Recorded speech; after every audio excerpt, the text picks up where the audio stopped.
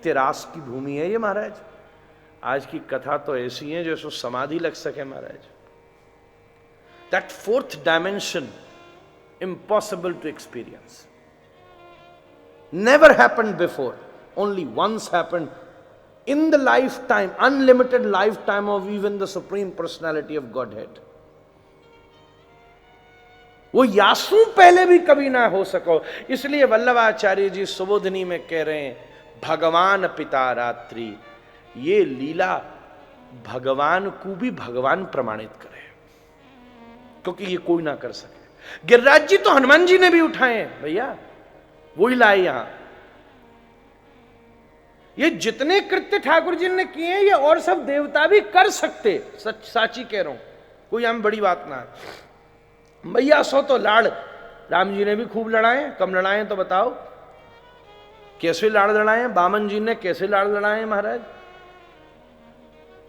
गैया तो खूब राम जी ने भी चराई है महाराज, युद्ध तो खूब परशुराम जी ने भी किए।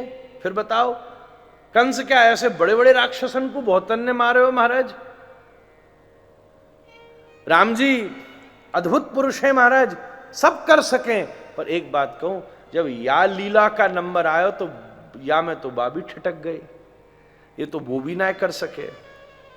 दंडकारण्य के ऋषि बोले, राम जी हम आपके साथ नृत्य करना चाहें, आ जाओ कर लो। बोले कैसो करोगे? मैं तो भौतन के साथ नृत्य करूं। ठुमक चलत रामचंद्र बाजत पैजनिया। राम जी ने मैया के संग नृत्य किया है, कब को घर की बड़ी बूढ़ी के साथ भी किया है। राम जी बड़े रसिया है महाराज, कैसो नृत्य करना चाहो? बोले ना हमने देख लियो, जैसो कभी कभी आप भावावेश में जानकी के संग नृत्य करो वैसो करो।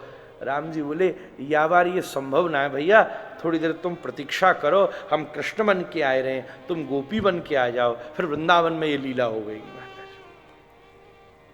ये तो वो भी ना कर सके। इसलिए भगवान को भगवान प्रमाणित करवे वाली ये लीला है, यह सामान्य मत समझियो। स्त्री और पुरुष के मध्य का नृत्य, एको नर्तक बहु नर्तकी विशेषो यस्य सरासः। जहां एक नर्तक हो और बहुत सारी नर्तकियां हो, या दृष्टि से देखा जाए तो सूर्य और ग्रहों के बीच में भी तो राशि हो रहा है। आप और हम सबका केंद्र भागवत है, अनंत केंद्र भागवत है। या दृष्टि से देखा जाए तो क्या यहां रास नहीं हो रहा है? एको नर्तक बहु नर्तकी विशेष। सुखदेव जी कह रहे प्रतिबिंब विभ्रम, जैसो एक बालक को का उस शीशा के दर्पण के एक मिरर मेज में बंद कर दिया जाए तो वो अपनी परछाइयन के संग जैसो खेलो करे, ऐसे ही कृष्ण बिंब हैं, उनकी गोपियां प्रतिबिंब हैं, उनके साथ नृत्य करना है। अच्छा, let me be little more practical. जहाँ समय श्री कृष्ण ने रासलीला करी है, उनकी उम्र 8-9 वर्ष की है। लगभग 7-8 वर्ष के श्री कृष्ण ने, एग्जैक्ट भी निकालो जा सके, बैठेंगे तो भी। अब एक चीज ये बताओ, हम लोग गा रहे हो और हमारा को यहाँ 7-8 वर्ष को बालक नृत्य करने लगे, और वह देख के आप सब माताएं भी वह के संग नृत्य करने लगो। वह देख के जब सब हमारे भैया लोग भी, उनके मन में भाव आ जाए, अरे भैया नेक्स्ट अपने सिर पे सॉल डाल के वह हंसावे के ताई, नचावे के ताई, खुश करवे के ताई, वो भी नृत्य करने लगे और खूब आनंद हो रहा है। हम लोग गा रहे हैं और नेक्स्ट बच्चा है और सब लोग वासो आनंद ले रहे हैं। और बई समय को बाहर सड़क से गुजरो, भैया ये क्या हो हल्ला है? देखनो वाने झांको, वो कहे बताओ राम राम कैसो काम चल रहे हो, ये भीतर कैसो वासना है रही है, कैसे गलत काम है रहे हैं। अब आप ही साची बताओ कि गलत यहाँ है रोए कि गलत बाकी दृष्टि में है महाराज?